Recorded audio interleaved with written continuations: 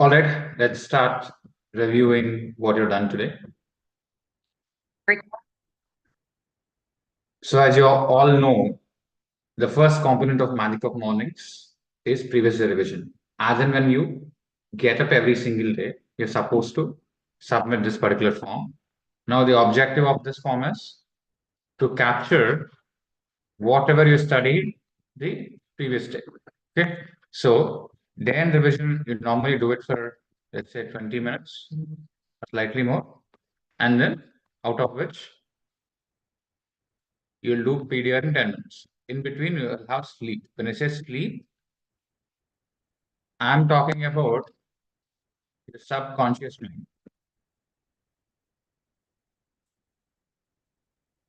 Now, day end revision mostly works with your conscious mind. Your previous day revision has the element of subconscious mind also. Now, in terms of the outcome, there are two things. One is called deep work. When you're working with consciousness, we call it deep work. And what we are trying to trigger for you, which is extra powerful or ultra powerful, is sleep work. Okay. When I say sleep work, it is a concept shared by Sigmund Freud, who is known as the father of psychology, are one of the best figures when it comes to psychology. So he spoke about this concept extensively. Now, when you're talking about this part, once you add something to your mind just before you sleep and then you just sleep, it automatically gets internalized. It automatically gets into you. That is the reason why the last thing and the first thing, I'm very, very specific about it being the last thing and first thing, not even your bio break. The moment you wake up, literally can do it on your bed also. That is the level of session which we have to do. That is the reason why we are spending so much time on previous day revision every single day. I hope the context and the reason is clear. I'll share some more detailed understanding at some point of time today. But it is the reason why we are doing what we are doing. Now, going forward with the responses, one thing which I'm happy is every single day you're doing well, you're doing better every single day.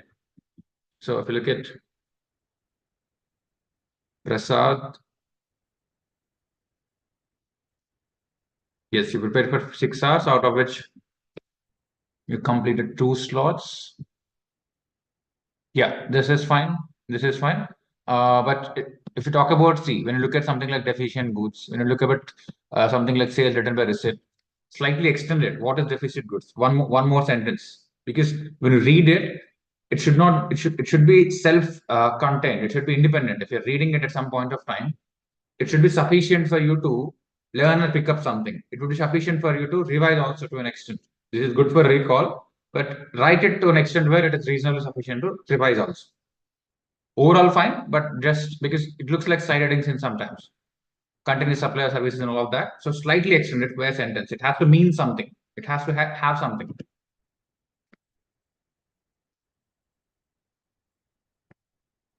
Kushal, very good improvement from what you have done yesterday. Exceptional. This is really good. Yeah. So the exercise which we worked actually worked.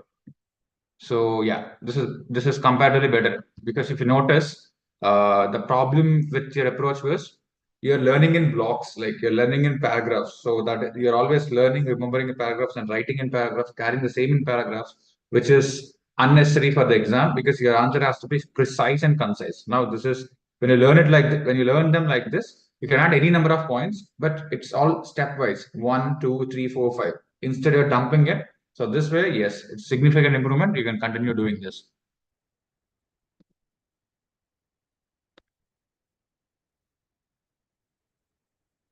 Hari, as usual, yeah, decent. So you have completed 4 standards, 5 standards. Yeah, this is fine, Hari. Yours is fine. Twinkle.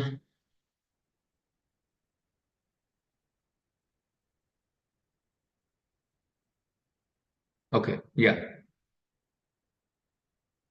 Noted. So you did index mapping and single page summary of the whole subject. So I understand it will be hard for you to capture things. That's okay.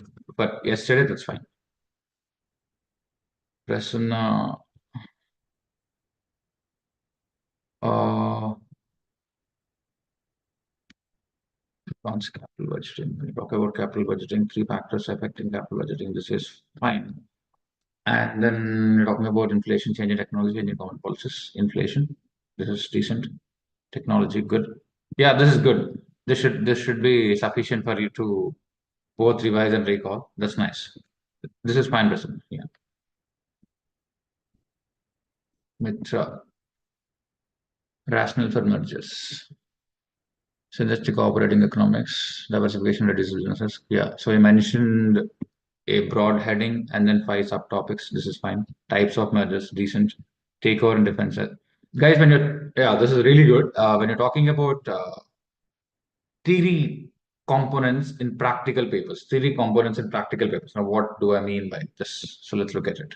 Now, this is also important for you. Okay.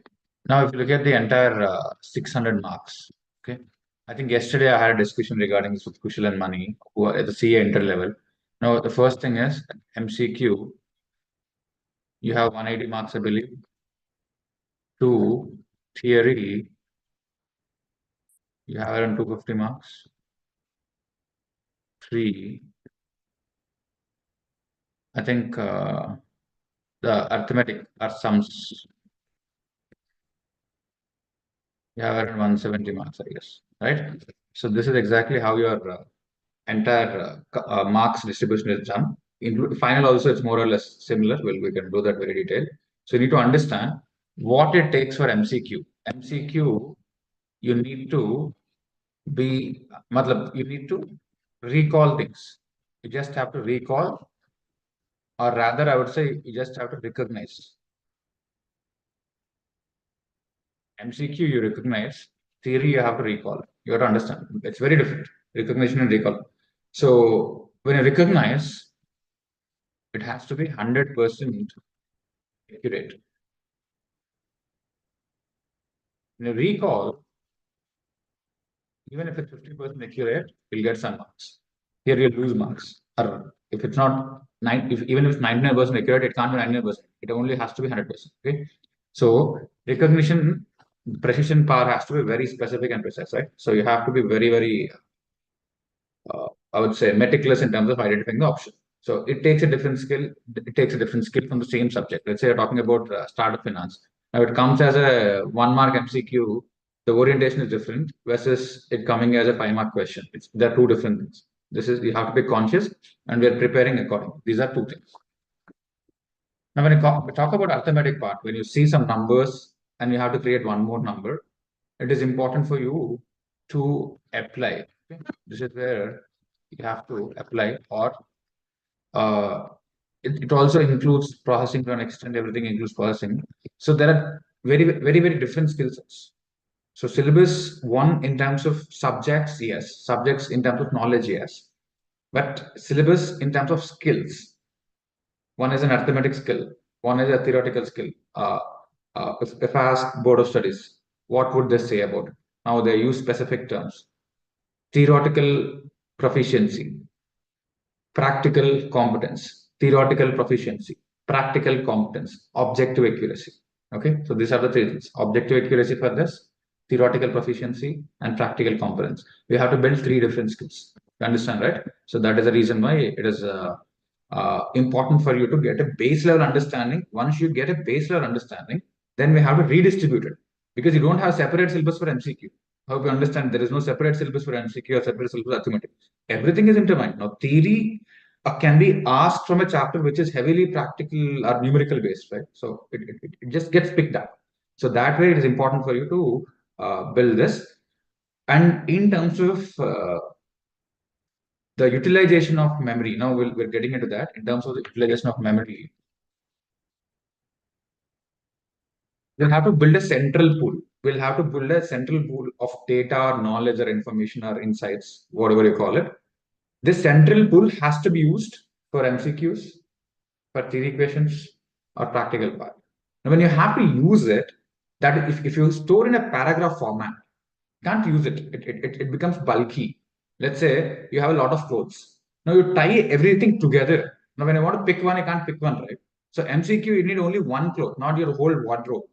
So that way, how you organize your memory becomes extremely important. So that is the reason why I'm asking you to break it down into pointers. Once you have it in pointers, you can stitch it. You can, whenever you want, you just combine all the sentences together to become a paragraph. That's a very simple step, which I'll show you while we're writing exams. I hope this is clear, guys. Is it clear for all of you? Can I get a confirmation if this is clear for all of you?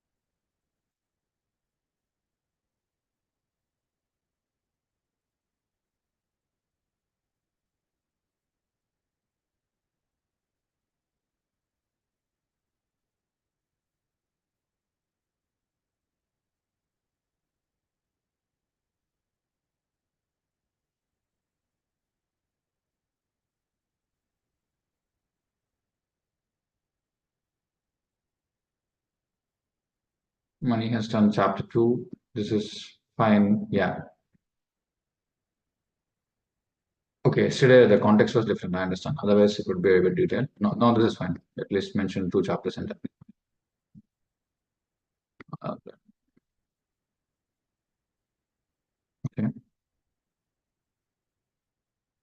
No,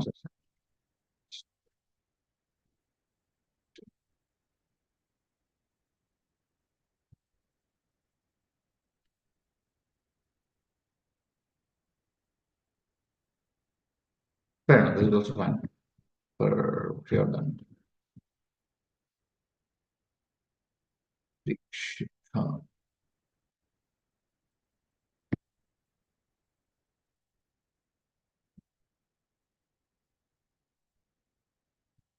yes.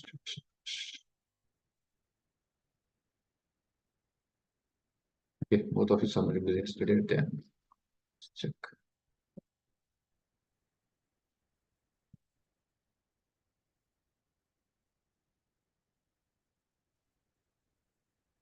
Anurag, you need to increase the quantity. Again, of course, you're studying for half a day. That could be one issue.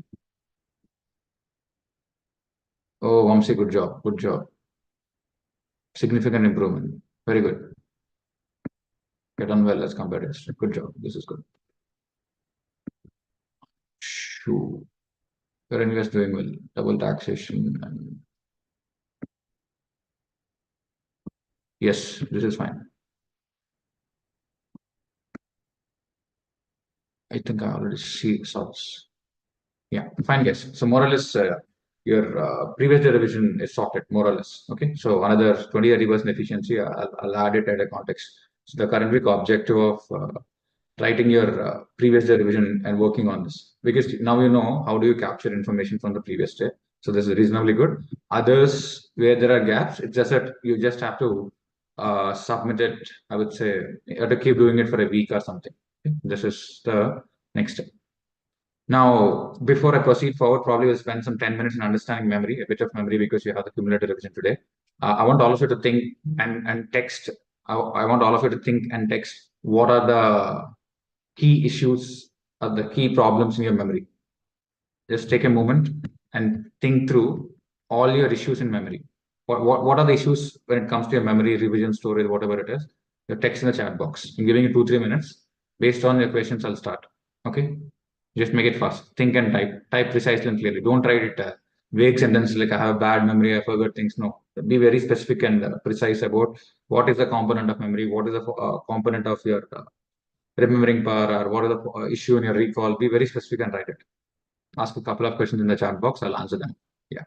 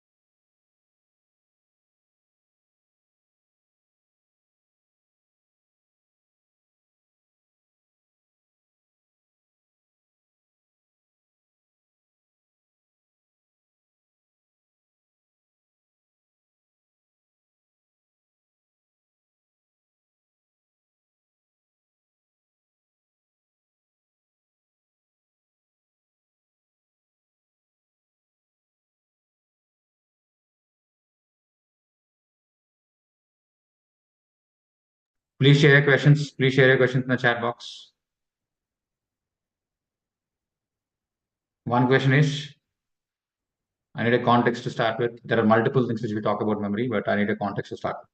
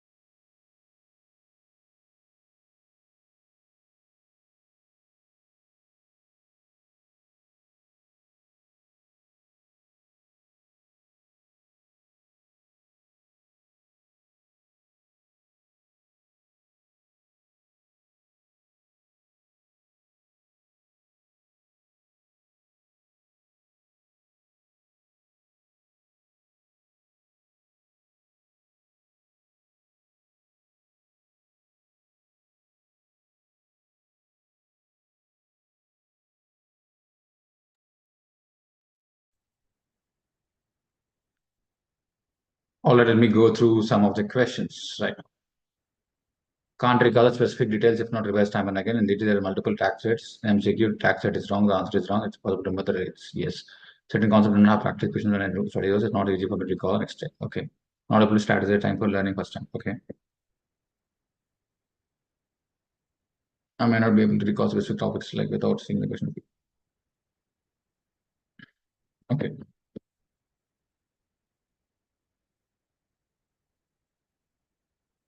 Okay. Fair enough. So I got a context of what you're saying. So most of you, a couple of you are saying that I'm not able to remember unless I revise it multiple times. And I'm not even sure whether I can be able to remember it till the exam. So that's one context. Second, without a trigger, without a question, I'm not able to remember things directly, especially the challenge which I'm facing while submitting PDRD is I'm not able to write everything I know, but I'm sure if there is a question or something, I'll be able to write. So these are two types. And the other questions are linked to when I'm reading it for the very first time, how would I be able to revise? And remembering tax rates, specific details and all of that. So when I mention about the forgetting curve, the most important thing you have to understand is this is what we always talk about. You don't have a bad memory.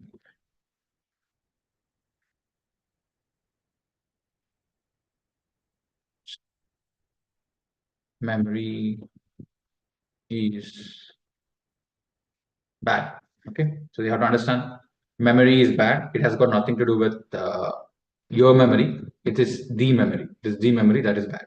Okay, so when you have an issue with this the memory, you need not worry about why you are like that and why you are like this. No, leave that apart. You need to understand what can be done. You need to clearly understand what can be done to make sure your memory works in a particular way. That is the overall understanding. Now, at a general level, we already solved it for you. At a general level, we already sorted it for you in terms of attaching the 5-day revision, where you're focusing on the every 50 minutes, 5 minutes focus block slot, midday revision, day end revision, previous day revision, cumulative revision, which is happening today, right? These are the five cycles of revision, which happens within a week. When I say 5-time revision, this is within a week. And apart from that, there are actual cumulative revision cycles, which are macro revision cycles, proper complete revision cycles, which happens at least thrice. So this is exactly how the revision is sorted as compared to the problems you have with your memory. So this is about your revision. In terms of understanding at a practical level, because some of you have questions linked to how much should I remember and how long should I remember. So let's start with a simple and basic example, which I picked up from my phone. When I open this tab called Device Care, I think all of you are able to, realize or recognize what is this. So can someone explain the difference between storage and memory? Here there are two things, right? And when I open it, why is it talking about storage and memory? What is the storage? Why is this? I would say why is it 255 GB and what is this memory which is 8 GB? So can someone help me understand what is the difference between storage and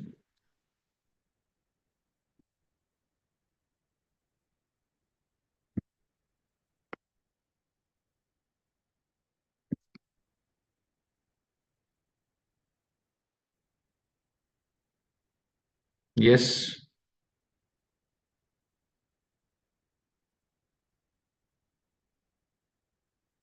What is memory? What is storage?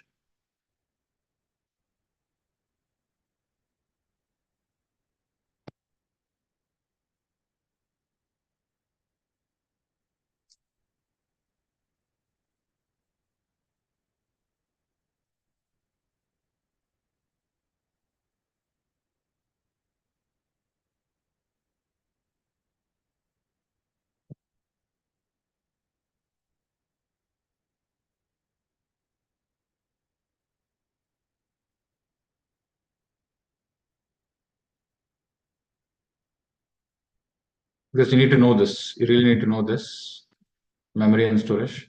Okay. Yeah. Where is this?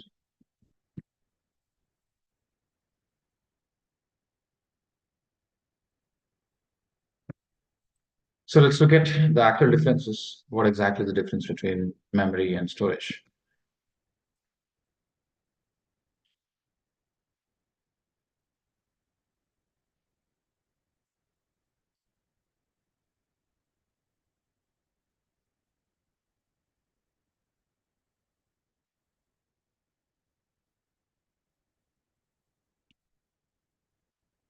When I'm talking about memory, it is capable of storing information temporarily. It talks about storing information permanently. So this is the biggest difference. Why is memory 8 GB and why is storage 256 GB? This explains. It temporarily stores memory. It captures it permanently. Storage is storage. Okay. Memory has some other component or functionality, but then you need to understand its temporary storage and permanent storage. Now it's random access memory and so SSD, you know this, all of this.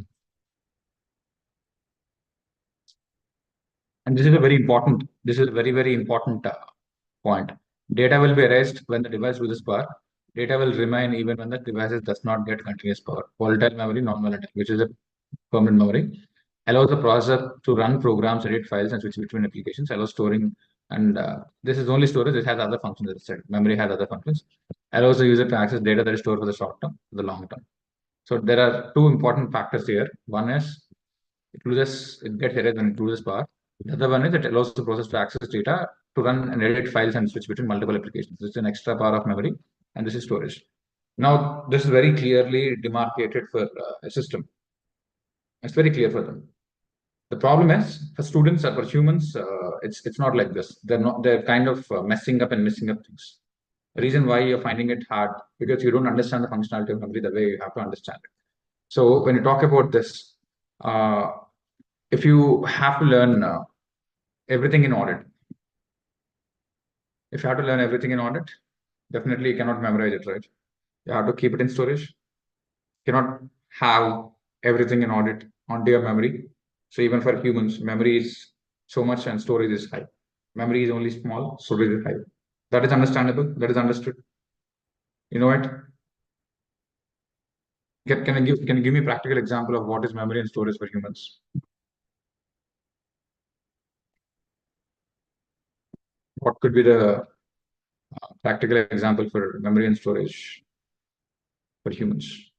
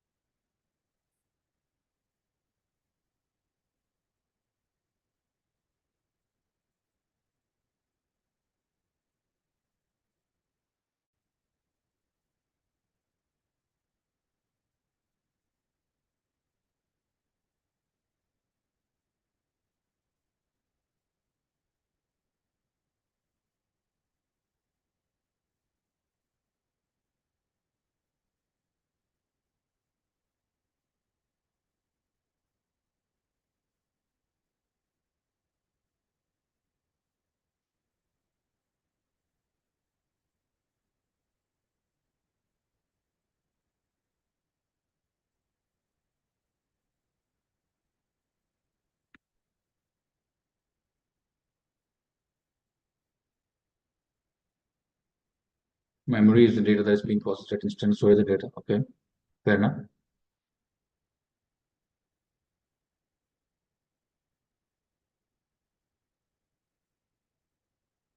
At a given point of time. That's almost right, Harsha. Yes. Okay. Now, how we're looking at it is your entire, let's say when you have to, okay, let me show this example. Why should I give you a random example? Let me show this clear example. Now, what you're seeing here, the books, right? You're able to see racks of books here. 1, 2, 3. Okay. So this is for each and every subject. Subject number 1, subject number 2, subject number 3. And the other books which are spread all across. Now, I would say this is storage because there is so much of content. There is so much of content you have studied across the preparation process. Now, this is what we have done on the day of the examination. Now, everything here has been quickly stored in her memory in a way. So this is about Radha, who has done her foundation recently. When we did that, now the idea is not to store this permanently into her memory, and not to store this permanently. When you go into the examination hall, you should have a working memory, not permanent memory. As long as you see the question, you should be able to recollect and recognize and just mark the right answer and come back, right? So the intention of this is not storage. The intention of this is not storage. You're understanding? So if you are using your memory to store things, that's where things get screwed up. For example, what is storage? As you're writing your PDR, I was just quickly going through various topics and chapters of intermediate. Because when I talk about index mapping, a lot of people are doing it, but I still want it to be done in a separate way. Now, let's look at what should be storage. What should be storage? Now, for an inter student, anyone who is preparing inter at any point of time, the framework should be stored. Like, let's say, what is the first chapter, first subject? Advanced accounting, 100 marks here. First paper 100 marks, advanced accounting. This is the first subject. Corporate and other laws, taxation, 1, 2, 3. Taxation, income tax and GST, 50 marks, 50 marks. So this is clear. This is done. Group 2, cost and management accounting, auditing and ethics, financial management and strategic management, 50 marks and 50 marks. So this framework has to be permanently stored. Anything you're learning should be coming here. Now, in terms of advanced accounting, before I suggested to students, I was thinking, can I actually do it? Because I just wanted you guys to have a modular framework of the entire subjects. Now, advanced accounting, I just had a quick look. I think advanced accounting has 3 modules. Now it starts with, as I'm speaking, you can go back and check online if it's right or wrong. You can feel free to do so. So when you're talking about advanced accounting, the first chapter is Introduction to Accounting Standards. The second chapter is Framework for Preparation and Presentation of Financial Statements. The third chapter is Application of Accounting Standards. The fourth chapter is Presentation and Disclosure Based Accounting Standards. This is module 1. This is module 1. At any point of time, this should be in my storage. 1, 2, 3, 4 together, module 1. So which means it talks about the introduction part of the accounting standard. This is stored. It is not talking about very specific and precise and deep accounting standards, an overview of accounting standards in general. So accounting standards and framework is there in module 1. When you look at something like this, you understand that it's largely theoretical, right? As you can see, it's largely theoretical in nature. So as we might expect some MCQs from this. So this is exactly how you remember module 1. Now, if you move to module 2, module 1, chapter number 4. Module 1, chapter number 4 is, I would say, presentation and disclosure based accounting standards, right? This is 4. Now, next is asset based accounting standards, liability based accounting standards, and 7 would be accounting standards based on items impacting financial statements, revenue-based accounting standards, other accounting standards, and finally, accounting for consolidated financial statements. So module 2 has got 5, 6, 7, 8, 9, 10. Up to 10 is module 2. This is sorted. Module 1 is there. Module 2, as you can see, it is specific and precise standards. Like you can expect a good number of questions from module 2. Total weightage, almost 35, 40 marks to come from module 2. This is there. Now, module 3, it starts with chapter number 11, financial reporting for companies. Chapter number 12 is buyback for securities. Now, chapter number 13 is amalgamation. Chapter number 4 is reconstruction. Chapter number 15 is branch accounts, including foreign branches. Module 3. Now, overall framework, subject number 1, subject 2, subject 3, subject 4, subject 5, subject 6. Within subject, module 1, module 2, module 3. Within module, chapter 1, chapter 2, chapter 3, chapter 4. 5 to 10, 11, 12, 13, 14, 15, right? This, if you remember like this at a fundamental level, tomorrow we can go down and break it further. Let's say there's something called accounting for government grants. Most likely it should come in other accounting standards. Now, where is other accounting standards? Chapter 9 and module 2. So when you create a storage structure like this, it will be very, very effective for you. Now, that is something which you have to store. Now, there are certain definitions. Definition of audit, you store it. So whatever is required, which is required for the long term, very minimal information, very important information, very accurate information, you store it. So this is exactly how you kind of store what is important, what is macro. So that way, I would recommend all of you to have a fundamental structure of the entire subjects and chapters, the way I have, at least module wise. This is number 1. If this is something which has to be done. Now the memory part, that is where you keep playing on a daily basis. Use your memory to remember certain things which you studied that day. You pick it up and dump in day and revision. You pick it up and dump it in previous day revision. Now, the moment you do it twice, both for day and revision and previous day revision, this memory gets stored. This memory is converted into storage, and you can empty this memory and make this memory open for the next day. Understanding? How many of you got this, guys? How many of you got this?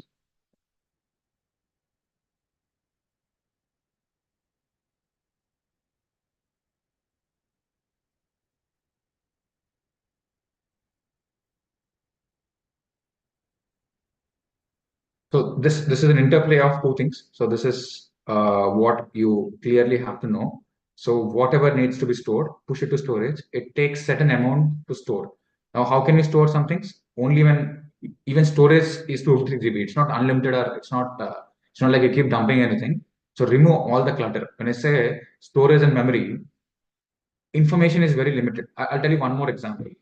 Now, what could be a file size of PDF? What could be a file size of a PDF document? Can somebody tell me what is the file size of a PDF document?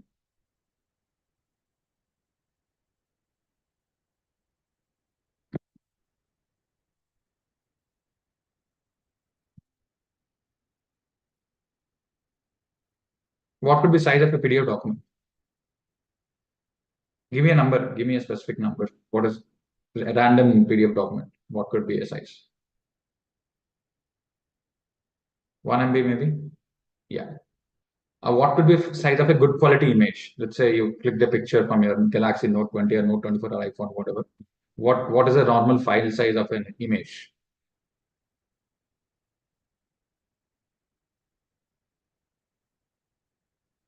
Not that much, but you can start from 3 MB, 4 MB, even slightly. My phone clicks images at 3.5 MB. Like other phones are lesser, I know. For me, it's Note 20, so it captures in Ultra HD some of the pictures.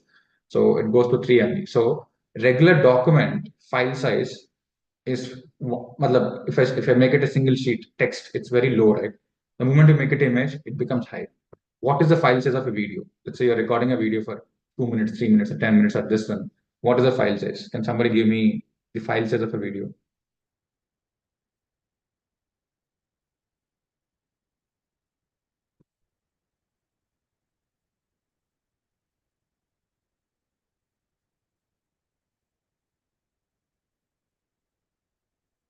Yeah, my videos, it runs into GB, but then yeah, you have options to start probably at 300 MB, 400 MB. So which means it's 100 to 300 times more than a regular document size. Now, why am I talking about it? Now, why am I talking about it? You have to understand, whenever you store various things in your mind. Okay. So when you have to store your studies, I would say studies are like a text image. Are you able to see a whiteboard, all of you? Okay.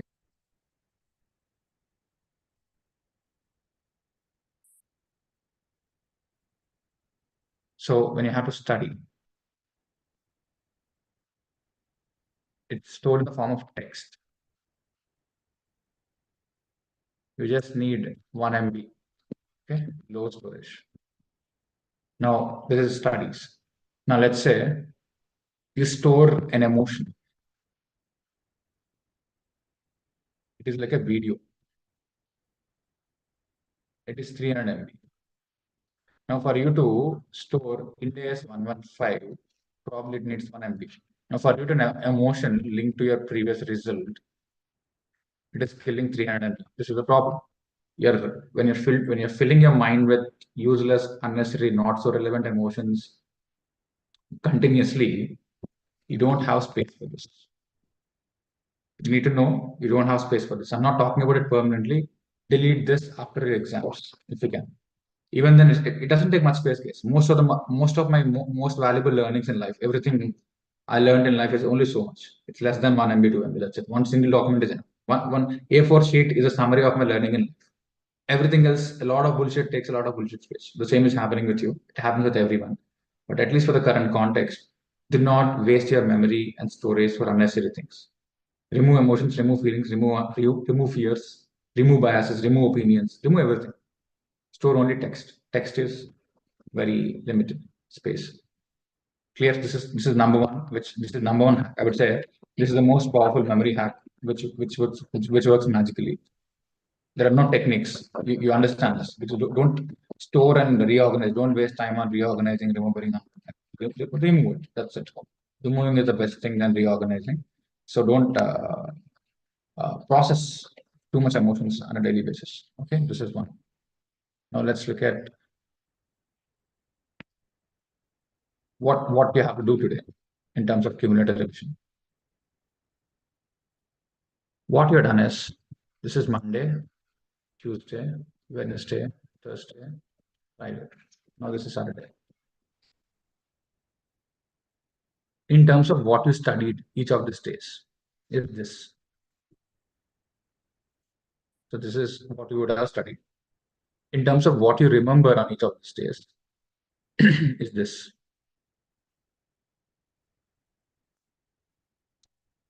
Agreed? Right? So this gets captured in day end revision and PDL. How many of you agree that you studied a lot more than what you've written in PDR and DER? Show of hands. Right? Obviously, it's clear, right? You studied lot more than what you know. Now, what happens on Saturdays? I'm asking you, let's say here, each block took you 8 to 10 hours when you're reading it for the first time. Now on Saturday, what we'll do is we'll revise this blocks very fast. All 5 blocks, 1, 2, 3, 4, 5 blocks. We'll revise this blocks very, very fast.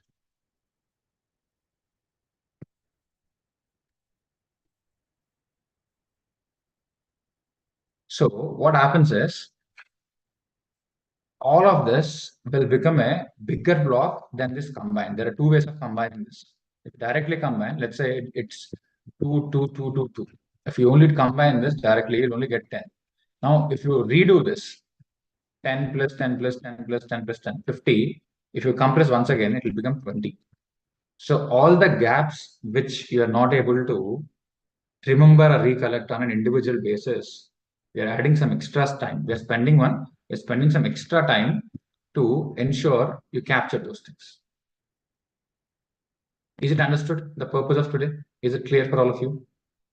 Understood? Okay. So this way, effectively, if you have studied 50 across the week, on Saturday, like all 5 days together, you'll learn only 10. On Saturday alone, you'll learn another 10. Because 20 is what you have to, remaining 30 is useless. You don't need it. This is enough. 20% or 40% of the content is enough. More than that, it's useless. Right? So this is exactly the reason why you're doing it. Now, in terms of cumulative revision, it's simple. Whatever you studied on Monday, revise before breakfast. Like Monday's studies, whatever studied on Monday, let's say make it 6 to 8. Tuesday before 11 a.m. and Wednesday before 1 p.m. Let's say Thursday 2 to 4 p.m. or 2 to 5 p.m. roughly 2-3 hours. Saturday 6 to 8 p.m. That's it. Friday. Okay, 2 to 3 hours for each day. Which means instead of 10 hours, you're completing in 20% in the revision cycle because you just have to revise. You don't have to learn, right? You just have to re-revise what is already done.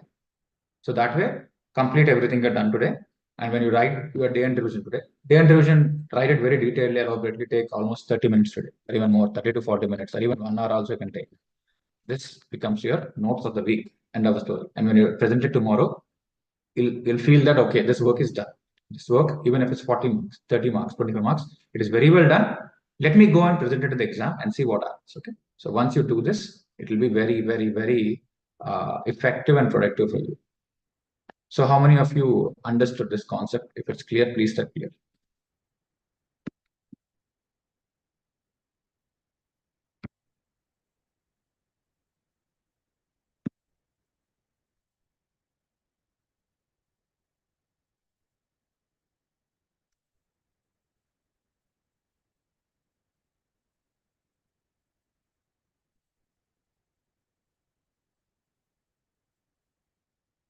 Okay, how many of you are on Super Student app? Like May 24 batch, how many of you are in Super Student app?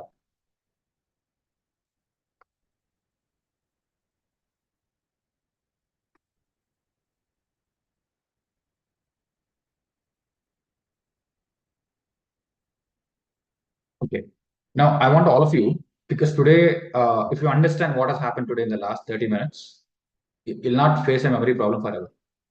Now, yeah, of course, you have to implement the FTR technique and all, but in terms of fundamental framing of how things happen in your mind will change. That's it. You don't need anything else. Now, I'll tell you the most effective techniques are like one time revolutionary change, not evolutionary change. You don't have to watch 100 videos every single year. This is done. So this is so important that you have to capture this. This has to be stored. It's not something which is stored in a temporary memory. This has to be stored forever, forever, forever. Okay. I want all of you to think through this and write all the key insights. Go to the app and write all the insights of what you learned about your memory. Make it as detailed as possible. That becomes as a note to you. This is a note. Next time, instead of watching this recording, you go and look at your note and work on what is not working for you. I want all of you to do that. Go and drop in that. PGP students can drop it in the WhatsApp. So in your respective WhatsApp group, you can drop it. The rest of you can drop it in the app. I'm giving you 5 minutes to do this. 5 minutes it should be done. Let me add a timer. I want all of you to do this in 5 minutes.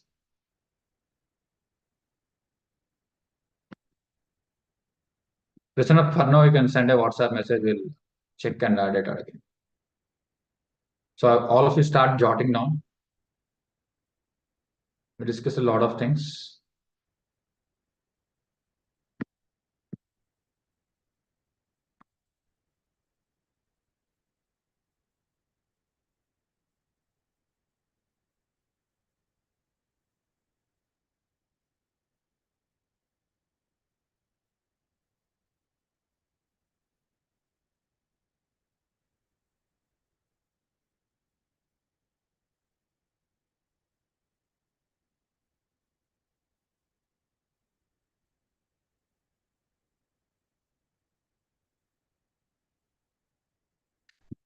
So PGP students in the WhatsApp group, others can do it in the app. Write it as detailed as possible. It's very, very important.